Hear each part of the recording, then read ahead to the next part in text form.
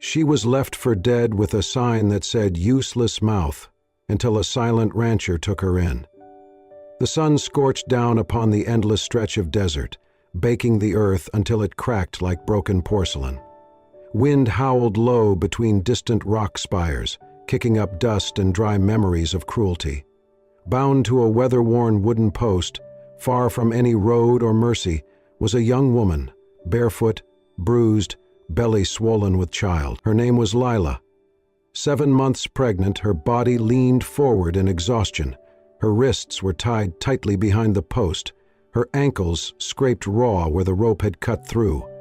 A rag, blood-stained and coarse, was stuffed into her mouth, tied at the back of her head, and from her throat hung a wooden placard, nailed crudely with wire.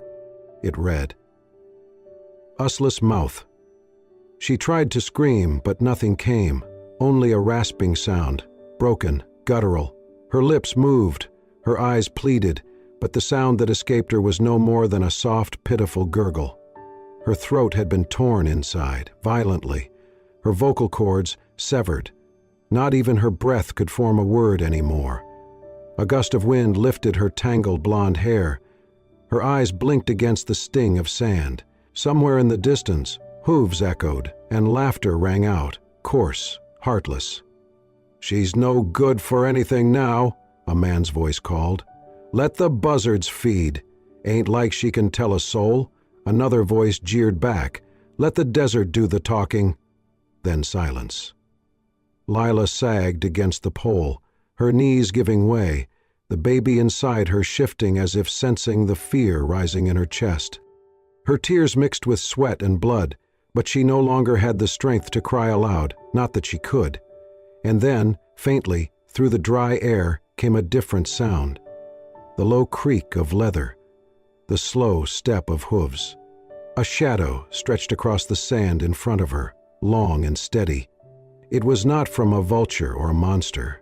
It was from a man, a tall figure dismounted from a black horse, his silhouette framed by the sun. He wore a wide-brimmed hat pulled low, a scarf across his neck, and his shirt sleeves were rolled, exposing forearms weathered by time and work. He didn't say a word at first. He didn't need to. He stepped closer, and when his eyes fell on her, bleeding, shaking, bound, he froze. The silence between them was heavy with shock and fury, though not the kind that came with chaos. This was cold, deliberate, dangerous fury. He reached behind her head and gently untied the cloth gag, catching it as it fell away. She tried to speak, to warn, to explain, but only broken, hoarse gasps escaped. Her mouth moved, forming invisible words. "Shh," he said, voice soft like cotton but firm as pine. "Don't hurt yourself." He crouched down, pulling a knife from his belt. The blade flashed silver as he cut the rope around her wrists and ankles. She slumped forward, and he caught her in his arms, lifting her like she weighed nothing. "I've got you," he whispered. Her hands curled into his shirt weakly.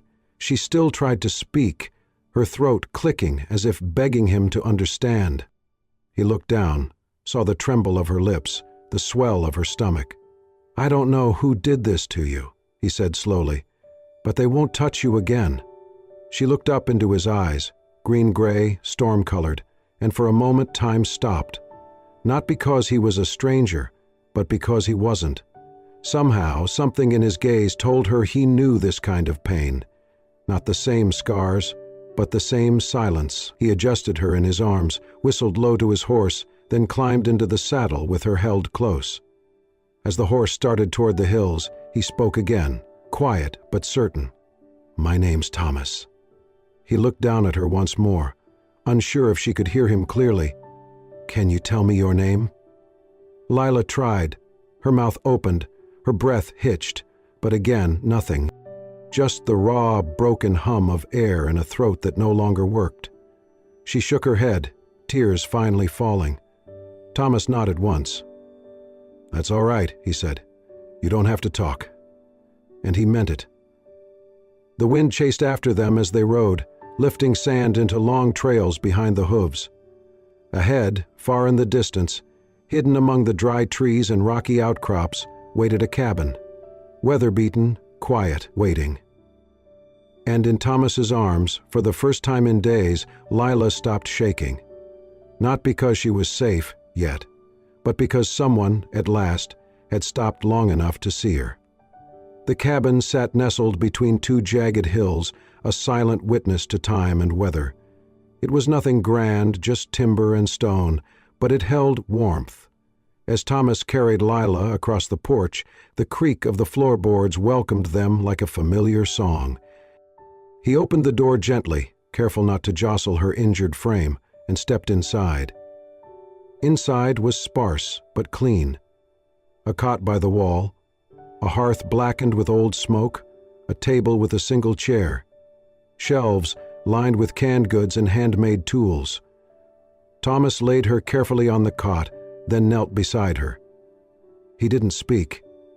He brought a basin of warm water, clean cloths, and a tin of salve. With the gentleness of a father tending to a child, he dabbed at her split lip, cleaned the crusted blood from her face, and wrapped her wrists in gauze. When he finally reached her throat, he hesitated, then continued, expression tight. Her wounds told him more than any words could. Lila watched him. Her body trembled with pain, but her heart beat with a strange, raw calm. This man, this stranger, wasn't looking at her with disgust or desire or pity. He wasn't asking questions. He wasn't demanding explanations. He was just there, present, steady, and silent. She flinched when he gently brushed a damp strand of hair from her cheek. He paused, met her eyes. She expected to see judgment. She saw only quiet resolve. The lights flickered once, then died. A gust of wind outside howled against the walls as the desert storm rolled in. Thomas sighed softly and moved to the hearth. Within minutes, flames danced in the fireplace, casting flickers of gold and orange across the wooden walls. He placed a wool blanket over her and tucked it gently beneath her feet. Then, from a drawer, he brought a small notepad and a pencil. He set them beside her on the cot and gave a slight nod. Lila hesitated, then reached out, her fingers trembling. Slowly, she wrote, "My name is Lila. I cannot speak any more." She turned the pad to face him. He read it, then looked at her and nodded. She waited for something, questions, sympathy, maybe even tears. But he gave her none of that. He simply tore off the page, folded it once, and placed it carefully in his pocket, as if her words mattered, as if they belonged somewhere safe. Thomas didn't sleep in the cot that night. He pulled an old rocking chair near the fire, leaned back, and kept one eye on the door. Lila drifted off, exhaustion finally claiming her. Her last vision was the silhouette of a man in shadow, still and unmoving, like a sentry. The night deepened. Wind rattled the shutters. Somewhere outside, a coyote howled. The fire hissed as it met a stubborn log. Lila woke suddenly, heart pounding. For a moment, she didn't know where she was. Her hands flew to her belly. The baby kicked faintly beneath her ribs, alive and fighting. She turned her head. Thomas was still there, still in the chair, but this time he wasn't watching the fire. He was watching her. His elbows rested on his knees, hands clasped between them. One of those hands reached forward, and ever so gently, it rested atop her blanket, where her belly rose like a small hill. It wasn't a bold touch. It was a shield, a vow, a man silently promising a life he didn't know he could still give. Lila didn't move.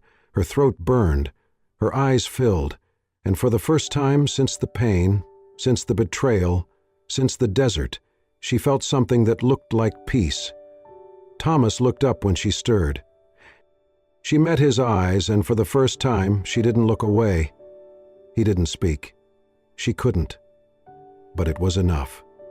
The storm rolled in, heavy and low, thick clouds swallowing the moonlight as thunder rumbled across the barren hills. Inside the small cabin, Lila clutched the edge of the cot, her breath ragged, her face pale. It had only been 3 days since she arrived, 3 days since she'd been cut down from the desert post, since she'd heard her own broken voice echo uselessly in her throat, but now there was no time to dwell on pain. Her body had chosen its moment, and it was too soon, too early. Thomas had been chopping wood behind the cabin when he heard the sound, the unmistakable knock of something falling to the floor. When he rushed in, Lila was on her knees, doubled over, one hand clinging to the edge of the table, the other pressed protectively over her belly. Her eyes were wide, wet with fear. She pointed to her stomach, then the floor. Her breathing came in quick, shallow gasps. There was no mistaking it. She was in labor.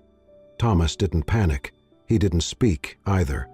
But his eyes darted quickly around the room, calculating. He grabbed the basin, filled it with water from the kettle he'd left simmering over the fire. He laid out clean towels, blankets, everything he could find that looked sterile enough. He rolled up his sleeves, kneeling beside her. She gripped his hand tightly, her nails digging into his skin. Her jaw clenched with pain, but no scream came. Only muffled groans, breathless and raw, like her body was trying to cry out for her. Thomas squeezed her hand back, steady, unwavering. He laid her gently on the cot, placed folded towels under her hips, and pushed the table closer to keep everything in reach. Rain started hitting the roof in heavy thuds, as if the heavens themselves were pounding down in rhythm with her pain. Lila closed her eyes, sweat running down her temples. Her legs trembled with each contraction, her whole body arching forward as if fighting some invisible war. She turned to Thomas, their eyes locking. She could not speak, but he understood. "You're not alone," he whispered, voice low and sure, though no one had heard it spoken aloud in years. Hours passed. Lightning flashed beyond the shuttered windows, illuminating the cabin in cold white bursts. Time lost meaning. There was only breath and firelight and the sound of life trying to be born. Then, in a sudden, final wave of effort, Lila cried out silently, her mouth open in a scream she could not give voice to, her hands fisting the sheets, and then the room filled with a sound that did not come from her. It was the cry of a baby, sharp, demanding, alive. Thomas blinked in shock, his hands trembling slightly as he held the slick, tiny body. A boy, his lungs strong, his limbs reaching, his eyes squeezing shut against the light. He quickly wrapped the baby in a soft towel and placed him on Lila's chest. Her hands immediately cradled the infant. Her body collapsed with exhaustion, but her eyes filled with something brighter than tears. It was all. It was life. Thomas stepped back. He looked at them, mother and child, and something in his chest cracked open. He turned without a word, walked to the door, opened it into the rain. Outside, the wind hit him like a baptism. He walked out onto the porch and gripped the wooden railing until his knuckles turned white. His shoulders rose and fell with each breath, but no sound came from him. No sob, only water, some from the sky, some from his eyes. He stood there, still as stone, as thunder echoed across the day. And in that moment, a man who hadn't spoken more than a few words in a decade, who had buried his voice along with his son, let himself break. But not from pain, from something else, something softer, something beginning. The days passed quietly, each one marked by the small rhythm of survival. The baby, whom Lila had named Micah by writing the name on a piece of folded paper, brought life into the cabin in ways neither of them had expected. His soft cries, his hunger, his warm weight in her arms, each moment reminded her that life was moving forward, even when her voice could not. Thomas had taken to carving during the long hours. He fashioned a small cradle out of cedar wood, carefully sanded and fitted, with gentle curves and no sharp edges. Lila watched him work from her place near the hearth, Micah sleeping against her chest. She could not speak her gratitude, but he read it in her eye. One evening, after Micah had drifted to sleep and the wind whispered low against the walls, Lila sat beside the cradle. The fire cast her face in soft gold as she wrote carefully on a small piece of paper torn from the back of an old ledger. I used to think I did not deserve to be a mother.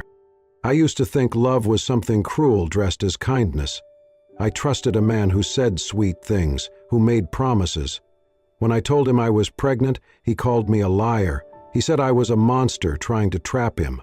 Then he and his men, they made sure I could never lie again. They took my voice."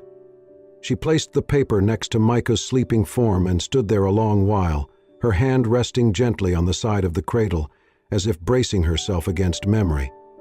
Thomas found the note hours later, after she had gone to bed. He read it in the light of the fire, his fingers trembling at the edge of the paper.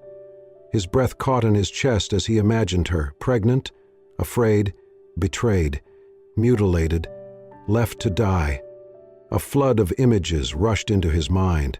His wife, her laughter in the kitchen, the sound of their son's feet pattering across the floor, the moment he smelled smoke and knew the world was burning. He had not been able to save them. And for 10 long years, he had spoken to no one, not out of anger, but because there was no one left to hear. Now, he sat in silence again, but it was different. It was no longer empty. The woman sleeping down the hall had survived something monstrous, and she had kept going. Thomas folded the note gently, as if it were something sacred, and placed it in a drawer next to the others she had written. He walked to the cradle, looked down at Micah's tiny chest rising and falling. A life born from pain, but filled with peace. The fire crackled low. He walked quietly down the hall and paused at her door. She was lying on her side, her back to him, the quilt pulled high over her shoulders. "I know you can't hear me like you used to," he said softly, the first full sentence he had spoken aloud in days, maybe weeks. "But I need to say this anyway." He stepped inside, just far enough that his voice would not wake the baby. "I know what it is to lose someone, to lose everything. I've lived in silence because I did not know how to speak without them." He exhaled.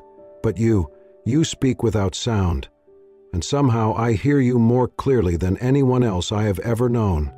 She did not stir. He almost turned to leave, but then he saw it, the slightest shift of her shoulder. She was listening. Thomas smiled faintly. "You may not be able to speak," he whispered, "but did you know? You have a beautiful smile." The air hung still. "When you smile at your boy, I see it, and I remember what it felt like to believe in something good." He did not wait for a response. He simply stepped back into the hallway, letting the door close behind him with a soft click. And in the room, Lila wiped away the single tear rolling down her cheek, not from sorrow, but from something else, something like hope. The morning sun had barely crested over the ridge when the sound of hooves shattered the quiet. Dust kicked up from the edge of the property, 4 riders fast approaching through the low brush, 1 in the lead, 3 trailing with the swagger of men who had never been told no. Lila saw them first from the kitchen window. Her breath caught. The wooden spoon fell from her hand and clattered against the floor. She rushed to the door, heart pounding, and looked toward the pasture where Thomas was tending to the fence. Their eyes met for half a second. She didn't need to write a word. He understood immediately. Thomas wiped his hands on his pants, tossed the hammer aside and started walking, slow, deliberate steps toward the front of the cabin. The lead rider reined in his horse and dismounted with an arrogant ease, slapping dust from his jacket. His face was harder now, more weathered than Lila remembered, but the sneer was the same. It was him, the man who had ruined her voice, the one who left her to die. "Well, I'll be damned," the man said, smirking as he took a few steps forward, eyes raking over the property. "Still standing, huh?" He glanced toward the door. "And I see you've been playing house." He jerked his chin toward the baby's soft coos coming faintly from inside the cabin. "That's my boy. Came to collect him." Thomas stopped on the front step, his body broad and unmoving. The man raised an eyebrow. "What's the matter? Cat got your tongue?" He barked a laugh, looking back at his companions who snickered behind him. "Hell, maybe the girl picked herself a man who can't talk either. Makes it easier to lie, don't it?" Thomas didn't flinch, didn't blink. His eyes, hard as carved stone, locked under the intruder's. "Step aside," the man said, trying again. "I got rights. Still no movement. "You deaf too?" The man took one bold step forward. "I said—" Thomas moved. Not with words, but with fists. The punch landed with the weight of years behind it. The man staggered back, spitting blood, stunned. Before he could recover, Thomas was on him. The second blow cracked across his jaw, sending him to the ground. The other three men made to draw their weapons, but something in Thomas's glare stopped them cold. It wasn't just a man defending a woman.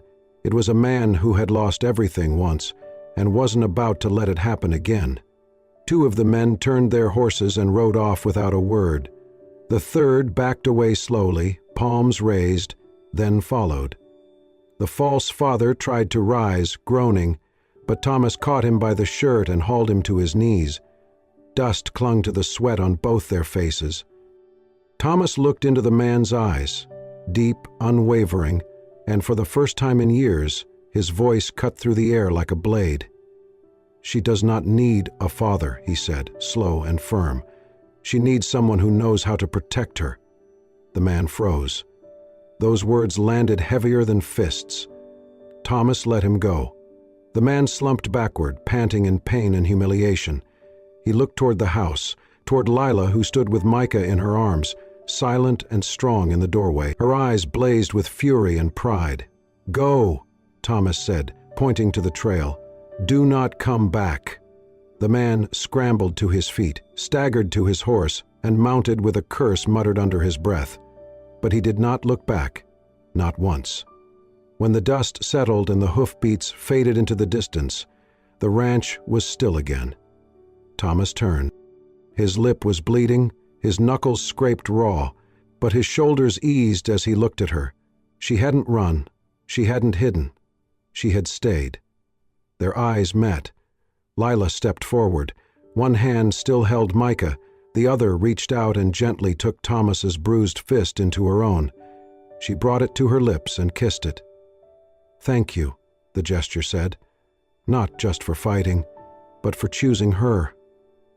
Thomas nodded, no words left now, none needed, because on that land, beneath that sky, they had finally drawn a line and crossed it together. The fight left more than bruises. Thomas's ribs ached with every breath, and a thin cut above his right eyebrow bled into his temple, staining the collar of his shirt. But he had not flinched, not when fists struck, not when the past returned in the form of a man who once thought of women as property. Now, as the sun slanted low across the horizon, bathing the cabin in golden light, Thomas sat on the edge of the kitchen table, shirt unbuttoned, while Lila stood beside him with trembling hands and a needle threaded with coarse black string. He had not protested when she motioned for him to sit. He had simply nodded and waited, still and patient.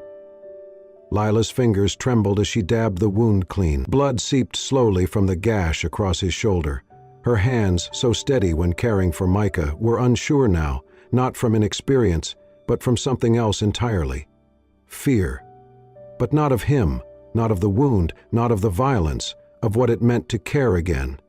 She paused and picked up a sheet of paper. Her writing was slower than usual, the pencil scratching unevenly. "I am afraid, not of them, not of what happened.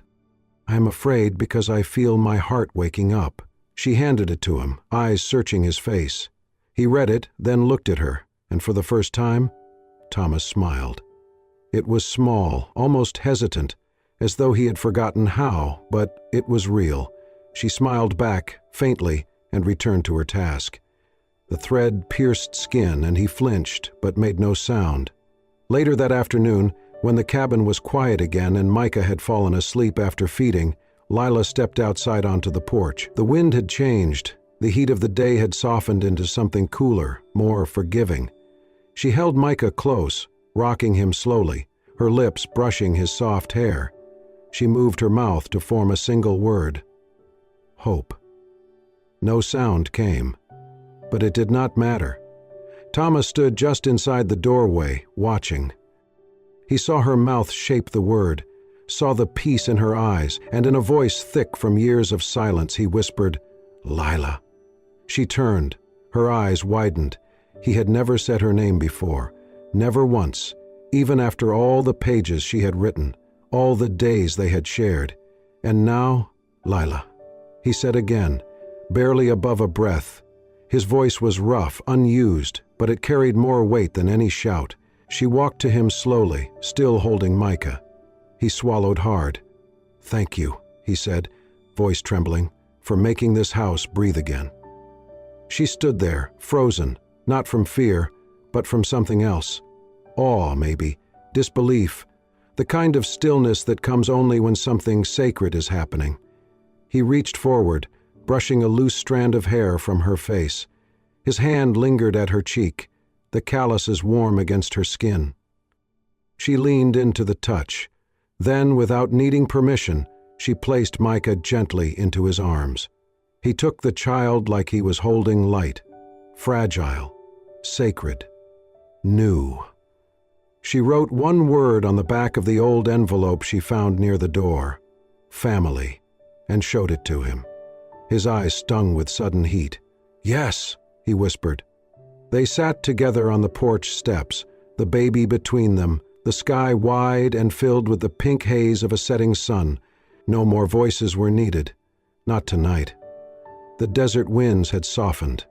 The days grew a little longer, a little warmer, and the land, though still dry and hard, began to show signs of yielding under tender care. Just beyond the porch, 2 rows of soil now bore the fragile beginnings of green shoots, coaxed from the earth by Lila's patient hands. She had never planted anything before, never stayed long enough in one place to believe something could grow, but here things were different. She named her son Elijah. She wrote it on the first page of the worn notebook Thomas had given her, beneath the date of his birth and a single sentence, "Elijah, he who survives." It was the name of resilience, of storms weathered, of voices taken and strength reclaimed. Thomas did not question it. He simply read the word, then nodded as if it had always belonged to the boy. A few days later, Thomas did something he had not done in years. He left the ranch. With Elijah in his arms and Lila riding quietly beside him, they made the slow journey into the nearest town, hours away by horse. It was the first time Lila had seen people since the attack. She kept her head low under the brim of her hat, but Thomas never left her side. At the clerk's office, Thomas filled out the paperwork for Elijah's birth certificate. Lila could not sign, so Thomas wrote his name slowly on the line marked Father. When the clerk glanced up, surprised, Thomas did not flinch. He simply said, "He's ours." The clerk didn't ask anything more. On the way home, Thomas taught Lila how to guide the horse gently, how to hold the reins without tension. Her hands were still unsure, but he was patient, riding beside her at a slow pace. She wrote questions in her notebook, held them up for him to read, and he answered with small nods, soft gestures. They laughed once, when she steered too sharply and her hat flew off in the wind. Thomas retrieved it, dusted it off, and placed it back on her head with exaggerated care. She smiled. Later, back at the ranch, the days fell into a rhythm. Mornings were for feeding the animals and tending the small garden. Afternoons were for teaching, Thomas showing her how to mend fencing, how to oil leather, how to whistle loud enough to call the horses. Lila, in turn, taught him how to read her expressions better, how to understand without needing words. Elijah grew stronger by the day, his cries turning into giggles, his hands always reaching. They were not bound by blood, but something deeper. One evening, as the wind cooled and the sky turned soft gold, they sat together around the wooden table inside the cabin. Dinner was simple, stew and cornbread, the kind of meal born from shared work. Elijah slept in his cradle nearby, the fire casting shadows across the floor. Thomas looked up from his plate and studied her face in the firelight. She was smiling at something Elijah had done earlier, one of those soft, distant smiles that linger in the heart long after the moment passed. He cleared his throat. "If one day you decide to leave," he began, his voice low, steady, "I won't stop you." She looked up, startled. "I'll help you pack. I'll make sure you're safe." Her lips parted slightly, but no sound came. He continued, gaze never leaving hers. "But if you stay, then this roof is yours. Not just the porch, not just the room, all of it. The land, the name, the work, the quiet." He paused. "It will all belong to you, as long as you want it." Lila blinked hard. She reached for her notebook, but her hand stopped midway. She set it down. Instead, she reached across the table and took his hand. She did not need to write anything, not tonight. Her fingers tightened around his. And Thomas, rough and scarred, closed his eyes for a moment and simply breathed. She had chosen to stay, not out of fear, not from lack of options, but because the silence between them no longer meant emptiness. It meant home. A year passed like the slow bloom of spring in the desert, gentle, almost invisible, until one day everything had changed. The ranch, once a place of silence and solitude, had become something else entirely. With Lila's vision and Thomas's quiet hands, it was transformed into a small sanctuary, a working farm, and a safe haven for women who had known hurt but refused to be broken. There were 3 others now: a woman with burn scars who never looked anyone in the eye, another who hummed lullabies under her breath though her baby was gone, and one more who hadn't spoken a word in 6 months, not because she couldn't, but because she wouldn't. No one asked questions. They did not need to. They dug soil together, strung fences, milked goats, and hung laundry in the sun. They shared silence like others shared conversation, and Lila, golden-haired, strong-spined, soft-eyed, stood among them as one of their own, yet something more. A beginning. A promise. That evening, just as the sky was folding into shades of violet and gold, Thomas called to her with a gentle wave of his hand. He waited near the barn with Elijah perched on his hip. The boy squealed when he saw her and reached out, arms flailing. She kissed his forehead and handed him back to one of the women nearby. Thomas offered his hand. Without hesitation, she took it. They walked together, side by side, up the ridge behind the farmhouse. The wind rustled the grasses. Somewhere in the distance, a hawk cried. And there, at the top of the hill, stood a lone tree, tall, still growing, but sturdy now. Lila remembered the story. He had planted it the day he buried his son. It had been a boy no older than Elijah, lost in smoke and flame, while Thomas had stood helplessly outside the burning home, screaming with a voice that no longer existed. Until her. He led her beneath the tree, where a small wooden bench had been carved and placed just days ago. Thomas paused, reached into the pocket of his coat, and knelt. Not in grandeur, not with a speech rehearsed, but with his heart laid bare. He held out a ring, simple, silver, unpolished. Etched inside were the words, "You spoke louder than any word." His voice, steady and low, broke the quiet. "Lila, I don't need a voice to know what love is." He looked up at her, eyes shimmering in the fading light. "I only need these eyes, this breath, the way your hands hold our son, the way your silence says more than anyone else ever could." Her breath hitched. He smiled gently. "I don't want a wedding," he said. "I want a life. With you. Here. Under this tree. Beside that cradle. Behind every door we opened together." His hand trembled slightly. "Will you stay beside me? For good? As my wife?" She didn't reach for the notebook. She didn't write a word. She only nodded, once, then again, faster, and then fell into his arms, her hands clutching at his coat, her smile wide and wet with tears. From behind them came the sound of tiny footsteps. Elijah, curly-haired and giggling, threw himself against their legs, nearly knocking them over. Lila laughed silently, her whole body trembling with joy. Thomas scooped the boy up with one arm, wrapping the other around her. The 3 of them stood together, a silhouette against the western sky, bathed in the gold of a setting sun that seemed to stretch endlessly. There were no cheers, no applause, no priest. Only the whisper of wind, the creak of tree limbs, and the heartbeat of 3 lives, woven together by the hardest parts of life and the softest parts of healing.